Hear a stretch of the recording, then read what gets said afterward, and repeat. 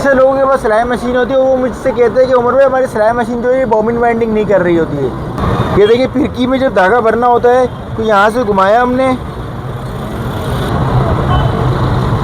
ये देखें ये बॉबिन वाइंडर जो है इसका वर्किंग नहीं कर रहा होता, उसको दबाने के बावजूद ये वर्किंग नहीं कर रहा होता। अगर आपकी मशीन में इस तरह की शिकायत है तो आपने क्या करना है मैं आपको बताता हूँ। ठीक है, हमारे भाई बहन अक्सर मशीन में ऑयलिंग करते हैं और ये व्हील होता है, इस व्हील पे जो है ना ये ऑयल लगा जाता है, ये देख सकते हैं आप, ये ऑयल लग गया है, व्हील पे भी ऑयल लग गया है और बॉबिन वाइंडर पे भी जो है ना ये ऑयल लग जाता है। अक्सर ये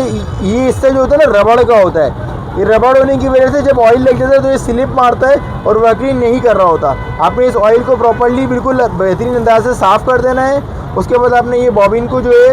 इस तरह से जो है इधर लगा देना है और ये देखें, अब ये देखें आपकी मशीन जो है, अभी ये देखें आपकी मशीन जो है बेहतरीन अंदाज में बॉबिन वाइंडिंग करेगी और जो आपको बॉबिन वाइंडिंग